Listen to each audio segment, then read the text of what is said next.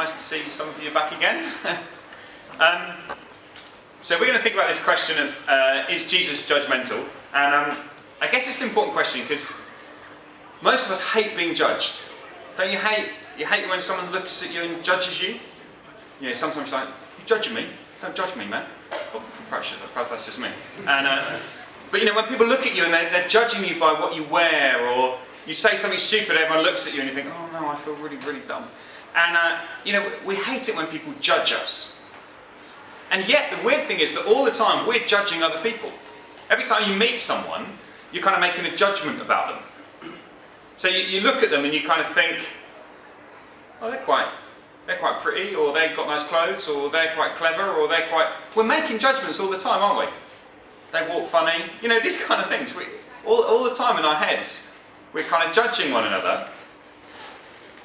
And here's my question for you this lunchtime. I just want you to think about this. Whose judgment do you care most about? If you like, who is the judge, the ultimate judge in your life? Jesus.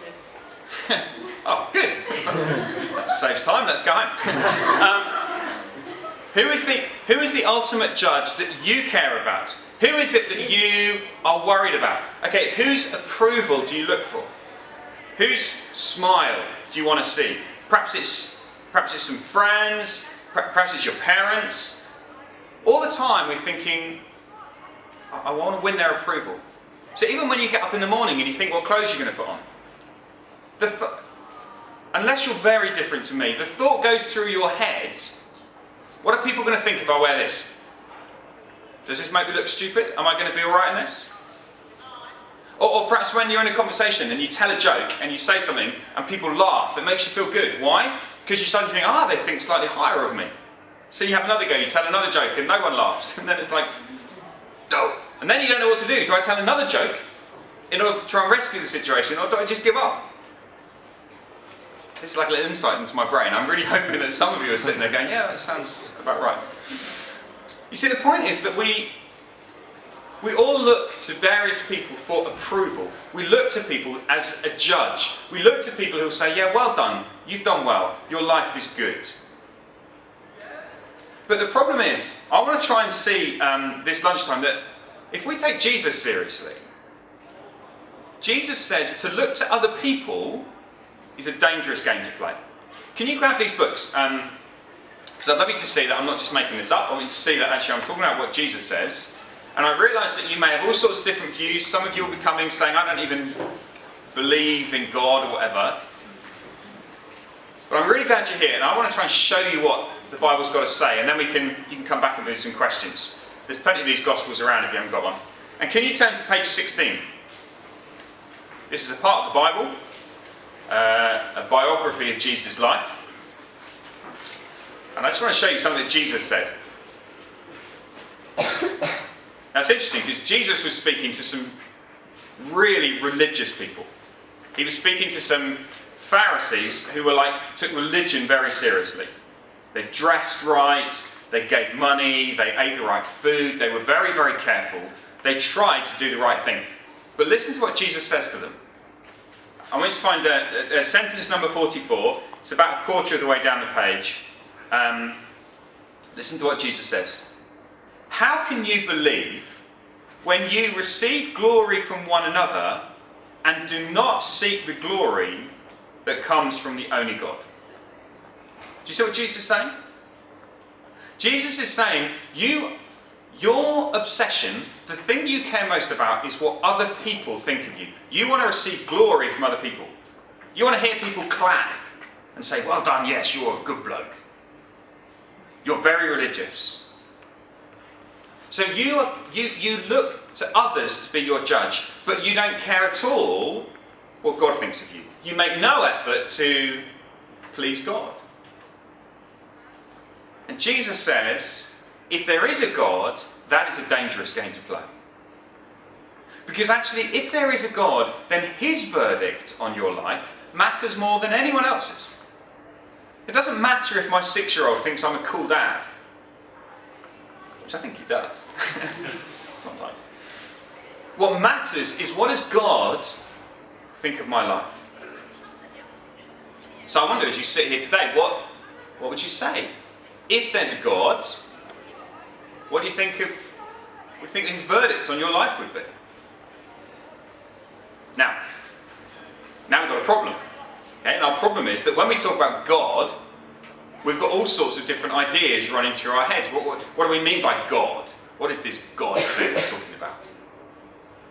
And the danger is we do this, okay? We tend to try and we think the whole world revolves around us, and so we try and make God kind of fit into our little thinking. We have a very human-centric way of viewing the world. We think everything is about us. So we reckon if there is a God, his job is to be nice to me and to keep me safe and to not do bad things to me. That's God's job. God's job is basically to be full of love towards me. God is there for me. He's like a genie. You know Aladdin and the genie and the lamp and the fairy godmother and all that stuff. Mixing stories. But God exists for me to do what I want. So basically I can ignore him. I leave him in his lamp in heaven. But when I need him, I'll give a little rub and I'll say, God, where are you? So when there's something goes wrong in the world, a natural disaster or whatever, who gets the blame? This does my head in, okay? People live ignoring God. Then there's a big earthquake and everyone goes, well, where's God then, eh? Because our view of God is, God's job is to keep us safe. He exists for us. Now, I don't want to burst your bubble, but that is not God.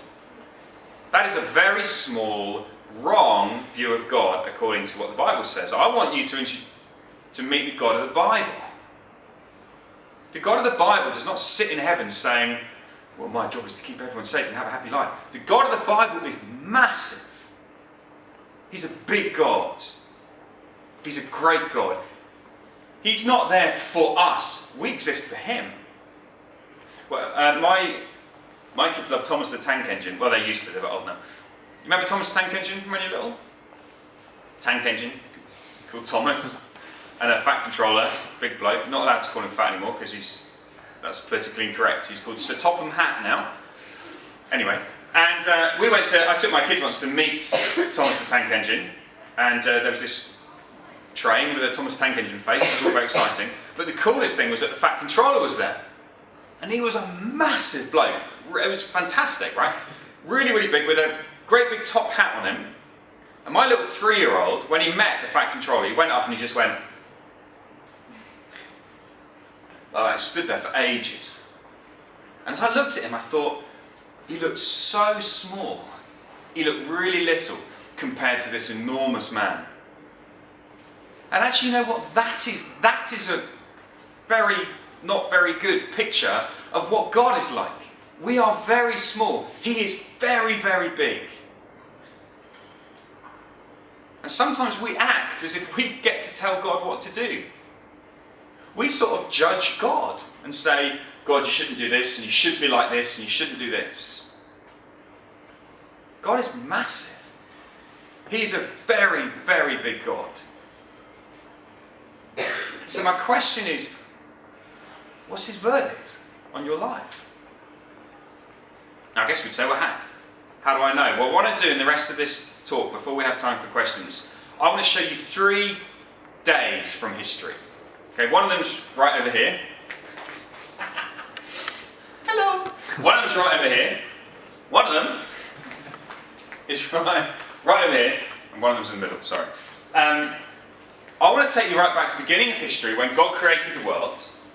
And God created a world that was good. And you know, the Bible's description of how God created, and I know there's all this talk of evolution and big bangs and stuff like that. The Bible doesn't get into that. The Bible gets into the fact that God made it. He's powerful. He's strong. He's big. He makes the stars. He's an enormous God. And then he creates human beings and he says, I want you to be my people. I want you to love me. I want you to worship me. I want you to live with me. It was good. God's verdict on his people was, this is good. Big smile. Smiley God. Upon what he'd made. But human beings chose to reject the God who made them. In fact, they chose to eat the fruit from a tree. Now the tree was called the knowledge of good and evil. In other words, what they were doing was they were saying, we want to be judge. We want to choose what's right and wrong. I don't want you telling me what to do. I want to choose. And so we began to judge one another. We rejected God as the judge, and we established ourselves. We pushed God off his throne and said, I think we'll sit on the throne, thanks very much. What was God's response? God's response was to be angry. The Bible says God was angry at what people had done. Now we go, whoa, hang on a second, that's not right. God can't be angry. He's supposed to sit in heaven and be nice. That is a very small view of God. The Bible says, no, God is angry. No, not kind of flying off the handle, losing your temper sort of angry, but rightly angry. Now you must know what it feels like to be rightly angry. Have you never been angry rightly? I mean, we've all been angry wrongly, yeah? Have you never had right anger? You know, when you've been angry about something you've seen, perhaps you've watched something on the news, or you've heard about 70 years since Auschwitz, since the gassing of 6 million Jews. Isn't it right to be angry about that? To feel that's not right, that's wrong, and to feel a right anger. That's the sort of anger God has. He loves this world he made. We've rejected him, we've screwed it up. He's rightly angry. That's condemnation. We're under his condemnation, under his frown, under his anger. We live under God's anger because of the way we have treated him. It started on this day when human beings rebelled, and ever since then human beings have been rebelling against God. Now the question is, why didn't God just immediately end it all? He could have done, couldn't he? That would have been fair. He could have just ended it all there. But he didn't. Instead he waited. And he waited and he waited, and he keeps promising that one day there will be a day when he will end it all, and when sin will be punished, and when all that is wrong will be put right. It's what's called the day of judgment. Now many people say, I don't want to believe in a day of judgment.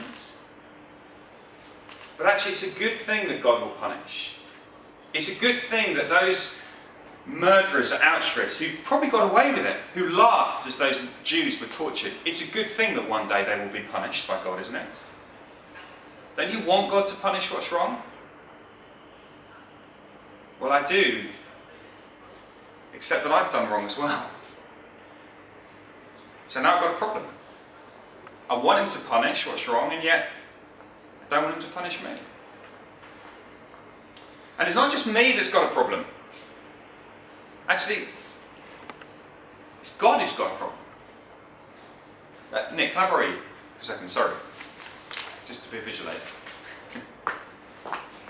Here's Nick. This is Nick, he's a visual aid. I want to... Right, Nick. Nick is... I don't think he'll mind you telling me this, me telling you this. Nick is a sinner. Nick has done things wrong. Okay? And Nick has lived his life turned away from God. And so Nick deserves to live under God's condemnation. That's not me being harsh. That is actually just what Nick deserves. I deserve it too. It's just it was easier if I could do it with Nick. And it sounds better. Nick deserves to live under God's condemnation. And in some ways, if God just punished Nick and wiped him out, that would be fair. But here's God's problem. God doesn't just look at Nick and feel anger. He also looks at Nick and feels love. Because he made Nick, and so he loves Nick. And so God says, I want to punish Nick, and yet I love Nick. Do you see this problem? And the question is, how can God punish and love at the same time? How can that be? Because God can't just say, oh Nick, let's forget your sin, it doesn't really matter, let's just sweep it under the carpet. That's not fair.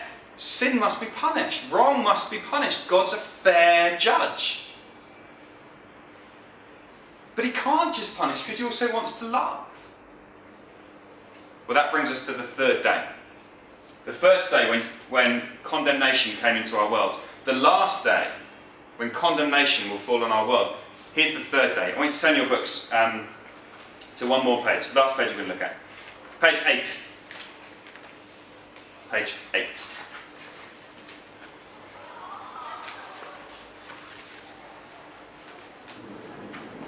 And down the bottom there's a sentence number 17.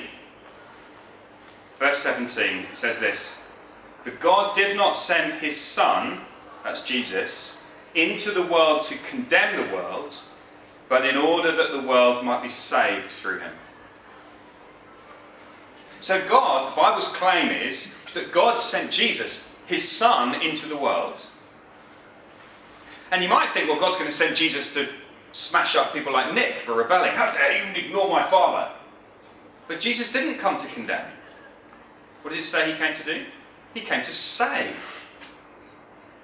Well, how's he going to save Nick? How's it going to work? Jesus got this mission to save, and he lives his life, and he heals the sick, and he raises the dead, he does amazing things until eventually he dies on the cross. And as he dies, do you know what he shouts out? It is finished. You see, Jesus says that his death is what saves Nick. Jesus dying, in some way, is the way that Nick can be saved from condemnation. How does that work? Well, it's because when Jesus died on the cross, the most extraordinary thing happened. This is God's plan. Nick's sin, all that Nick had done, Nick's rebellion, the wrong things Nick had done, were transferred from Nick and were taken by Jesus. So as Jesus died on the cross, Nick's sin was punished. So God is being just, he's being fair, because sin is being punished. And yet now, Nick has no sin. He's forgiven. Now God looks at Nick and he smiles and he says, yes, I approve of you. No more condemnation. Because Jesus took it. Thanks, Nick. Next slide. And that is the heart of what it means to be a Christian. Jesus said, I've not come to condemn. I've not come to judge. I've come to save.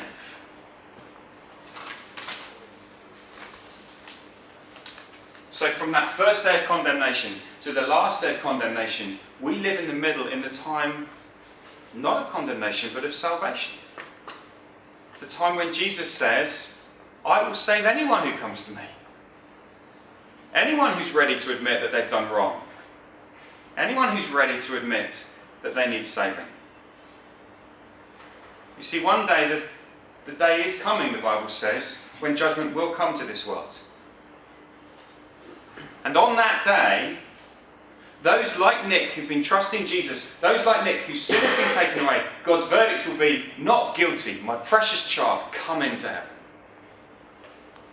But those who've rejected Jesus, those who've chosen to live without him, God's verdict will be condemnation. Now, I don't say that with any joy, but that is God's verdict on humanity. But he's made a way to be saved. He's given us a way because he loves us. Now, I realise this is big stuff, and in some ways I'm just trying to begin to outline what it means to be a Christian. Being a Christian is not about being good. Being a Christian is not about keeping the rules. It's not about going to church. It's not about impressing people. Being a Christian is not even about impressing God. Being a Christian is about saying, I need someone to save me. And Jesus saying yes. So I hope this has begun to perhaps raise some thoughts in your heads. And I'd love you to scribble down some questions. We've got kind of 10-15 minutes from questions in a minute. Katie's going to come back up and field those. But let's, ask away, ask your questions, and let's really thrash this through and try and think about whether this really makes sense. Because if it's true, it's an amazing claim. Okay, one person asked, if Jesus has already died, then who will die for the sins since he died? Okay, that's a good question. Right, let me explain like this, okay? You need to understand, think about train, all right? You know what I said right back at the beginning when human beings first rebelled against God? Okay, that was Adam and Eve, right? And the Bible talks about it being like Adam set a train in motion. His one act meant that everyone who came after him, everyone who was in the Adam train, and we're all kind of born into the Adam train, was on this train of kind of rebellion, sin against God. Because of his one act, we all kind of have followed him. Right? So his one act means we all follow.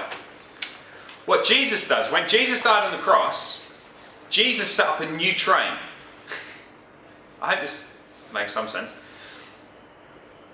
And Jesus, the one act of Adam, brought condemnation to the world. This is from a part of the Bible called Romans 5, if you want to check it out later. One act from Adam brought condemnation. One act from Jesus actually brings salvation to everyone who trusts in him. Okay? So it's like Adam's the train driver here. Jesus is the train driver here. We're all born onto Adam's train, but we get onto Jesus' train. So Jesus doesn't need to die again. His one act is enough to pay for all sin after him. Okay? I'm going to try to keep the answer short because we've got quite a few questions, so we'll crack through them. Come on. Okay, question. Okay. Predestined. God has made me, God has chosen me, so why do my actions affect my path? Where will I end up? Where I end up, and if I shall be saved? Free will versus predestined pathway. Terrific. When I said short answers, I might have lied. Okay, look, this is really, really simple, okay? Let me make this really simple. There's more that can be said about this. Let me make it really simple. You have a choice. Alright? No excuses, no faffing around, no saying, oh, well, it's all fake, God might have chosen me, God might... Forget all that. You have a choice. Right now, today, sitting in this room, you have a choice. Either to trust Jesus, to accept what he's done, or to reject him. It's a choice. It's your choice. Alright? There is much, much more to say to that than that, okay? Because the Bible actually has a big thing going on that actually God does know those who are his, and he does take hold of people, and he does save people. But that's not an excuse for you not to do anything about it. Yeah, did you want to come back at me? So if you accept Jesus, you have salvation. But what about the Nazis? What if they were to accept Jesus and they've still done terrible, awful things? Right. Okay, so let's talk about the guys in Auschwitz. Supposing, they've murdered a load of people. Supposing 20 years later, they say, I've done a terrible thing, I'm wrong, I'm under God's condemnation. And they cry out to Jesus and say, please will you save me? Jesus will save them. He'll save them. And we find that hard because everything in us says, no! But here's the deal. When Jesus died on the cross, he made it possible for anyone. You see, the problem is, we love to grade sin. We love to imagine there's people who are really bad and there's people who are really good. And the good people sort of deserve to go to heaven and the bad people sort of deserve to go to hell. Actually, what we've seen today so far is that it doesn't matter. God is perfect. No one's perfect. We all deserve condemnation. And okay, the people at the bottom are really, really bad. I get that. I get how serious it is. But the point is, the way God has done it is that God has made a way so that anyone can. So there's a very famous story of a man, when Jesus died on the cross, there was a man hanging next to him who was a murderer. He was a criminal. He wasn't a good bloke. But as he died, he looked at Jesus and he said to him, Jesus, I deserve to be here. You don't deserve to be here, but I do. Please will you forgive? Please will you remember me when you come into your kingdom? And Jesus looks at him and says, today you'll be with me in paradise. Jesus forgives him, accepts him. Which is actually good news for us sitting here, because it means that there's no one in this room who is too bad for Jesus to forgive. I've met people, and you guys are probably all really, really nice, and you've probably lived lovely lives, and you've probably never done really nasty things. I've met people who've done horrible things. And I've sat with them as they've wept and said, Jesus could never, ever forgive me. And I've said to them, yes, he can. That's the beauty of the gospel. It's different to how our world thinks. Yeah, go on. What if someone keeps on sinning, even if they do accept Jesus? Okay, yeah, absolutely. So if someone goes, right, oh, terrific, I'm going to ask Jesus to forgive me and then carry on murdering people, the Bible would say they've not really met with Jesus. Because Jesus will change you. Yeah? But it's this way round. I'm forgiven by Jesus, I'm accepted by Jesus, and then I change. It's not, I live a good life and then he accepts me. It's, he accepts me because of what he's done, and then he helps me begin to change. So if there's someone who says, oh yeah, I'm a Christian, yeah, but they have no desire to live God's way, you'd say, really? It's a bit like me saying, it's a bit like if you saw me in a nightclub, kind of getting off with a load of girls, just go around the club, and you came up to me and I said, oh yeah, I'm married. You'd say, really? Doesn't sound very serious. And actually, I don't know if that's a good example or not. It's probably not a helpful image anyway. And I have to confess, it's a very unlikely thing to ever happen, to be perfectly honest. You've never wanted it to. But anyway, I don't. Oh, no. It's a good job this isn't being recorded. But the point is, my behaviour will show if Jesus really died for me, how could I then live the rest of my life saying, up yours, Jesus, thanks for the forgiveness, I'm now going to live how I want? That's ridiculous. Yeah, that just shows I've never really understood what he's done for me. So it will change me. But he doesn't say, well, you be good enough and then I'll let you in. He says, I'll make you good, I'll do it for you, okay? That's kind of the way it works.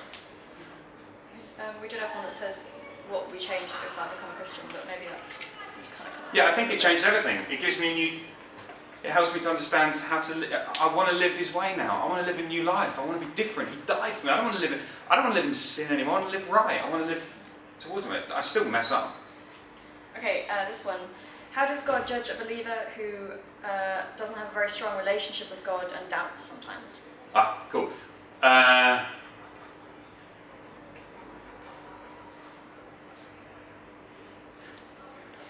If you're going to fly in an aeroplane, I seem to be in a transport kind of mood today. How much faith do you need to fly in an aeroplane? You need enough faith to get in the aeroplane, right? Now, you may be sitting on the aeroplane thinking, I don't know if this is going to work, I don't know if this is going to hold me. This is my experience in aeroplanes. You know, I don't know if you've seen the Lee Evans thing about how aeroplanes take off. He says they only take off because everyone's sitting there going, like this. And you think, but actually if you're in the plane, you are flying. And we have all sorts of doubts. Do you know what I mean? We have all sorts of struggles. No one's perfect. We make mistakes. We have bad days. We have good days.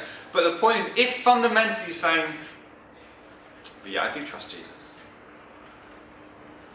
However wobbly it might be and however up and down it might be, it's not the amount of faith. In fact, Jesus said, if you have faith as small as a mustard seed, you just have to believe that he saves.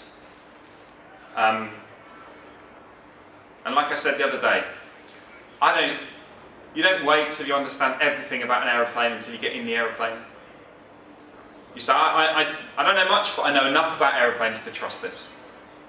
And at some point you have to get to the point of saying, I don't know much about Jesus, I don't know everything about Jesus, but I know enough to trust him. Because I've got to the point of saying, I think that when he died for me, and that's blown my mind. And that's what it's like for me. When it hits you that actually it was for me, he died for me, I get it. I get why he died. I get why Christians wear crosses all the time. I get why Christians are obsessed with the fact that their saviour, that their leader was executed. I get why Christians think that's cool. I get why it's called Good Friday, the day that Jesus died. Because he died for me.